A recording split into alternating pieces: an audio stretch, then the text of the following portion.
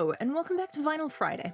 I am your Storytime Correspondent. Our anchor and editor are frankly exhausted from the behemoth that was last week's episode, so they have asked me to take the reins this week, and I have happily obliged. Next week we'll be back with our regular scheduled programming. We'll be listening to track 4 of the White Album on our track-by-track exploration, but for now, you have me. Now, as a dual music lover and ex-English Lit major, I love nothing more than when literature makes an appearance in popular music. So today, we're going to be listening to 10 songs that fit this exact description. Some of these songs will take inspiration from a specific book. Some of them will just borrow the title, and others still will imagine what the book might have been like if the songwriter had actually read it.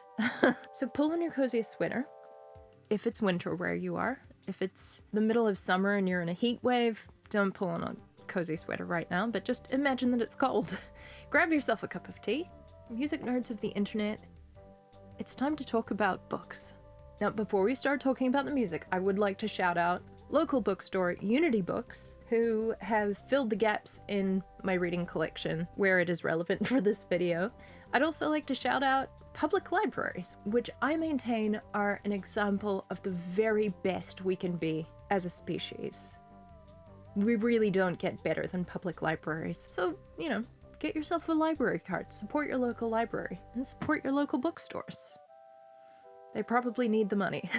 Right, let's talk about music. Song number 10 today was released by Rush on their 1981 album Moving Pictures. The song is called Tom Sawyer. A Monday warrior, mean stride. Today's Tom Sawyer, mean pride. Now, despite what I just said about the gaps in my book collection, I don't have a copy of Tom Sawyer, but that's okay. Let's pretend we do. Someone out there will have a copy of Tom Sawyer, so we'll just borrow yours virtually for the next 2 minutes. This song takes its title from Mark Twain's 1876 novel, The Adventures of Tom Sawyer, which is about a young rapscallion and his adolescent escapades. Geddy Lee, the bassist of Rush, describes this song as their defining piece of music for the 1980s. Specifically, here are some of my favorite things about this song. Rush doesn't have a rhythm guitarist, which means that when lead guitar is taking a solo, we've got bass and drums that have to fill in that gap, and Neil Peart brings so much to these moments in the songs that he almost becomes a lead player. And this man plays like he has 6 arms. He really shines in the solo of this song, and that sounds like this.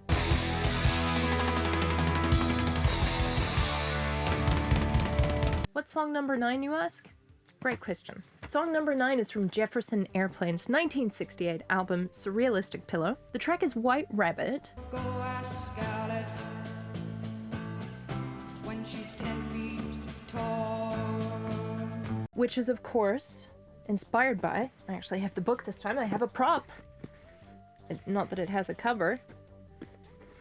Alice's Adventures in Wonderland by Lewis Carroll, and also its sequel, Through the Looking Glass. Those books were written in 1865 and 1871, respectively. And in case you're unfamiliar, which I'm sure many of you are not, in this book, the titular Alice chases after the white rabbit in question, falls down the rabbit hole, and enters a surrealistic dreamscape. The Jefferson Airplane song invokes quite a lot of the imagery from the book, including mushrooms, including eating things and drinking things and changing size. Obviously the rabbit, the Red Queen, the dormouse, all some of my favorite moments from the book, which I adore. Songwriter Grace Slick says that the arrangement of the song was inspired by Miles Davis's Sketches of Spain, which came out in 1960.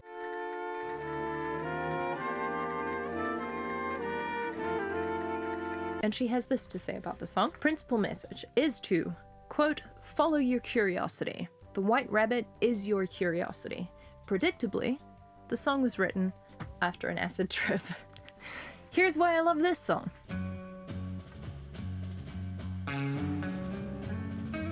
It's that fluttery marching band snare.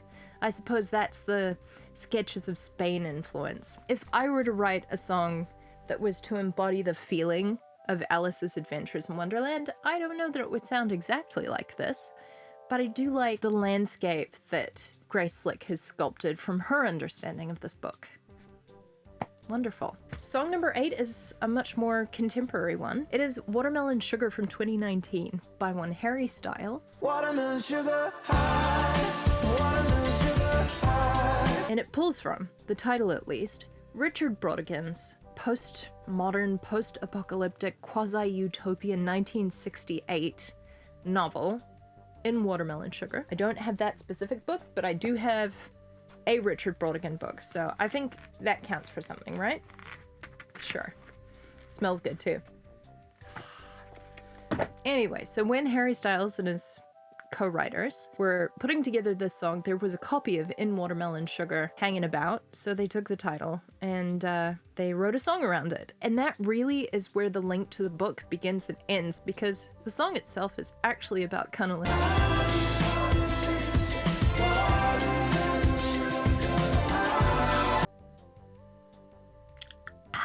Other things that you might enjoy about the song are the guitar riff that comes in verse 2. And then the last thing I like about the song is the horn section that comes in at the end.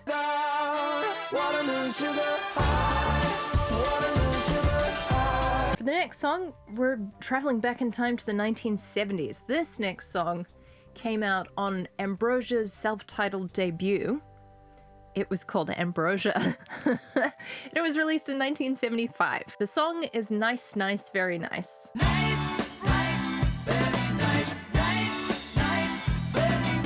It draws from Kurt Vonnegut Jr.'s brilliant 1963 satire, Cat's Cradle.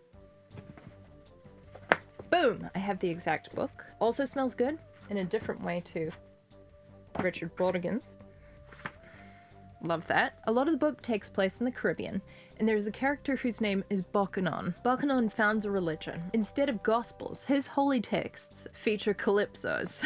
And one of them goes like this. Oh, a sleeping drunkard up in Central Park, and a lion hunter in the jungle dark, and a Chinese dentist and a British queen all fit together in the same machine.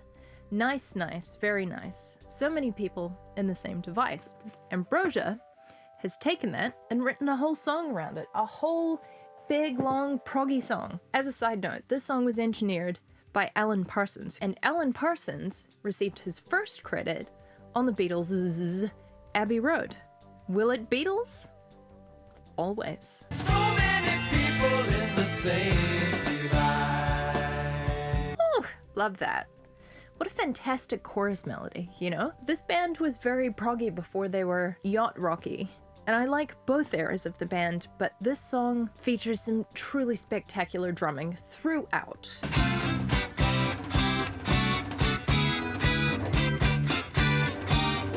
That was song number 7. Song number 6.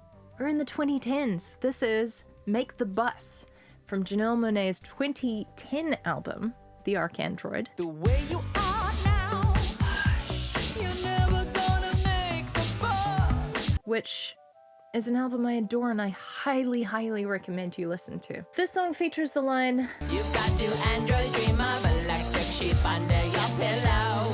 Philip K. Dick, do androids dream of electric sheep? This book was published in 1968, and it was later very loosely adapted into Blade Runner, which was released in the film 1982. That's actually the only reference to this book in the song, but the song is an eclectic, broader concept album about an android, so it builds on the wider themes of the album itself. And because it's a collaboration between genre-defying singer-songwriter and monarch and android Janelle Monáe and indie freak pop band of Montreal. Now, yes, I did just make up that genre, but if the shoe fits. All of that to say, this song is quirky as hell. You're never gonna make the bus.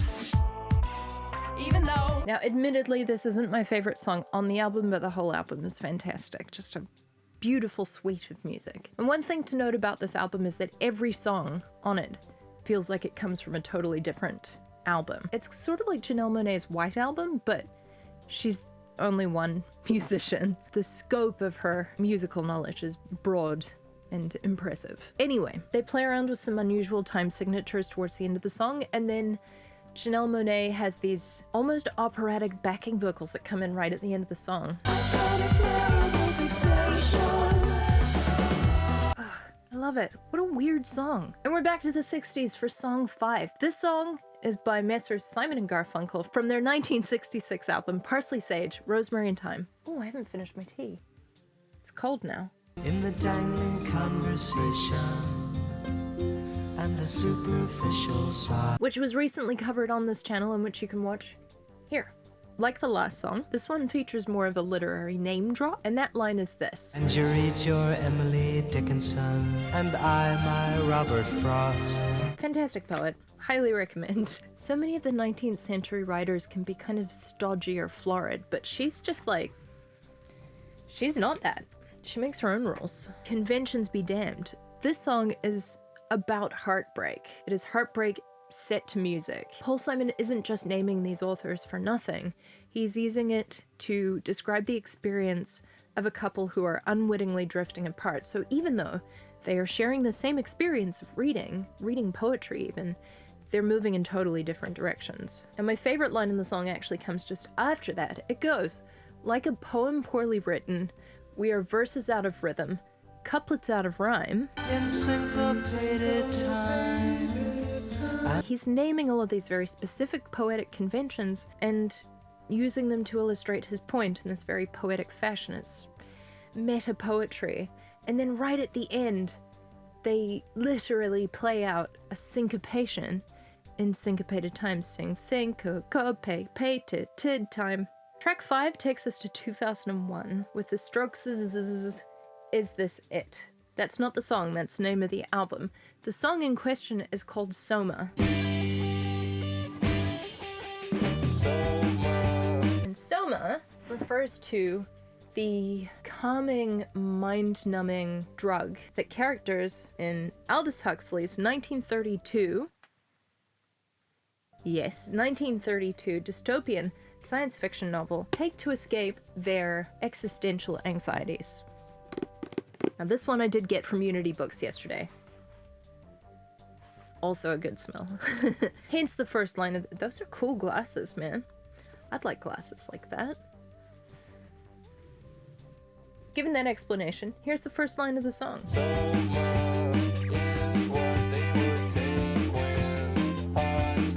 I love this song so much. This is one of the first albums that I discovered independently of my parents. This was my, oh, I've found some rock music that you don't know, and I love it, even though it's loud.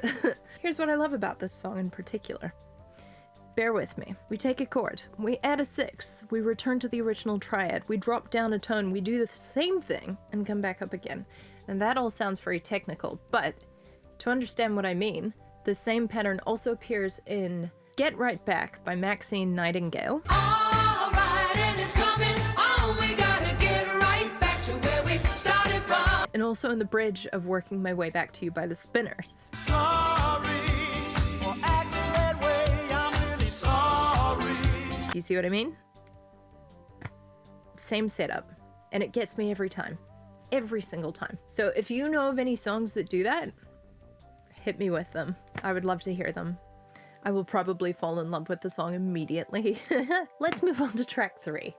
The song was released in 1966 as a single with the B-side Rain. You didn't think that I was gonna get all the way to number 3 without having included a Beatles song in this? I mean, if you did, you don't know me. And if you don't know me, welcome to the channel.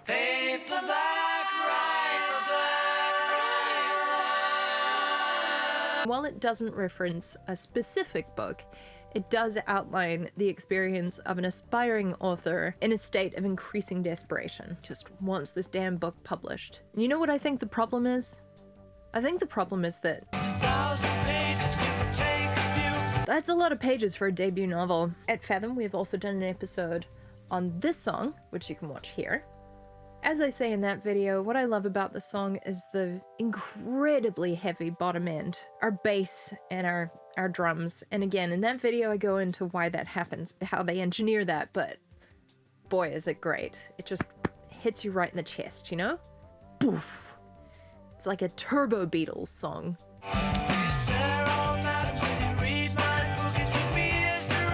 Alright, I'm ready to get on to number 2.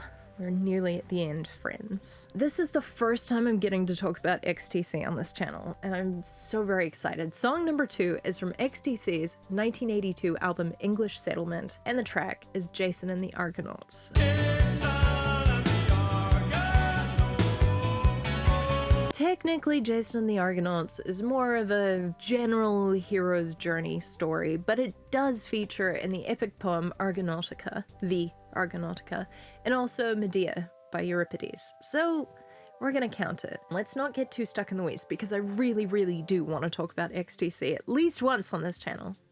And this is my moment. The song has all of the hallmarks of an XTC song. It's got the unusual vocals, it's got great chords, just fantastic instrumentation from everyone in the band. Let's start there. I love the stuttering snare in the song. It feels like a surprise every time it happens. It feels like it comes in on the wrong beat. Oh, my head is spinning like the world is filled with peace signs. Oh, so good. Weird chords beneath it. I'm getting too hot in my cozy sweater. In my fervor for XTC, the guitar and the bass scale up and down and up and down and up and down. This do do do do do do do do. Wait, I'll play it for you.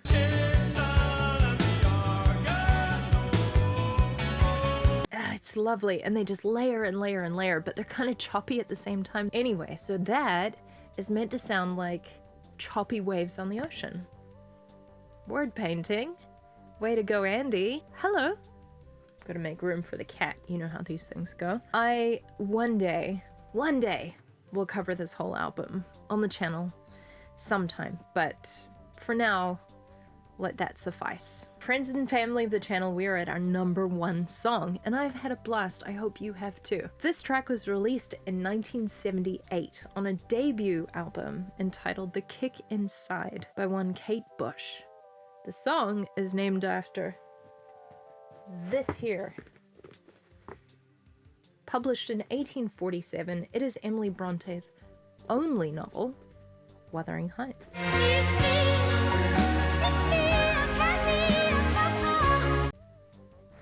Pretty good, but not as good as some of the others. At university, I had to study Victorian literature. Against my will, I've never been a huge fan of Victorian literature. A lot of it was gritty Dickensian drama or witty, clever, implicit Austenian critique. And those are fine. This, though, this is a tale of 2 messy, codependent people blowing up each other's lives. I loved this. This was great.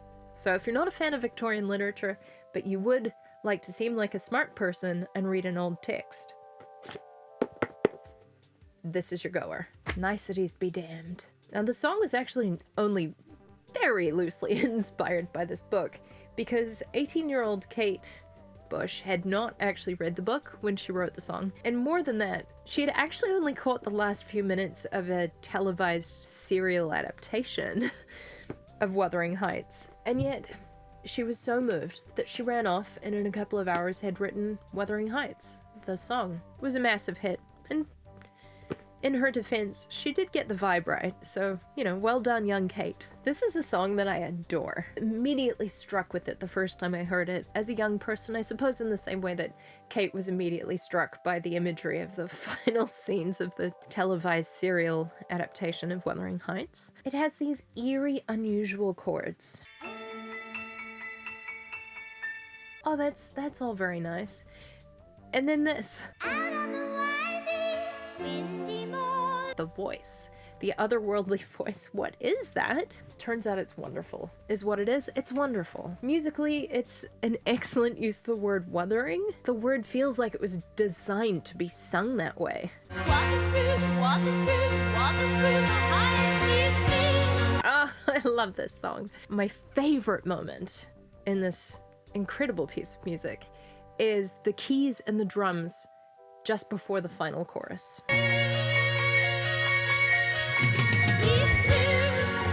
What a great drop. I do love a triplet fill. If ever I need to feel exhilarated, I just pop that on. Does it every time. Thanks, Kate Bush. You know, like running up that hill has been doing the rounds, but whew, I just feel like nothing beats Wuthering Heights. Maybe that's a basic take, but there it is. Running up that hill isn't about a famous piece of literature, is it now? No, it's not. And that's it for me.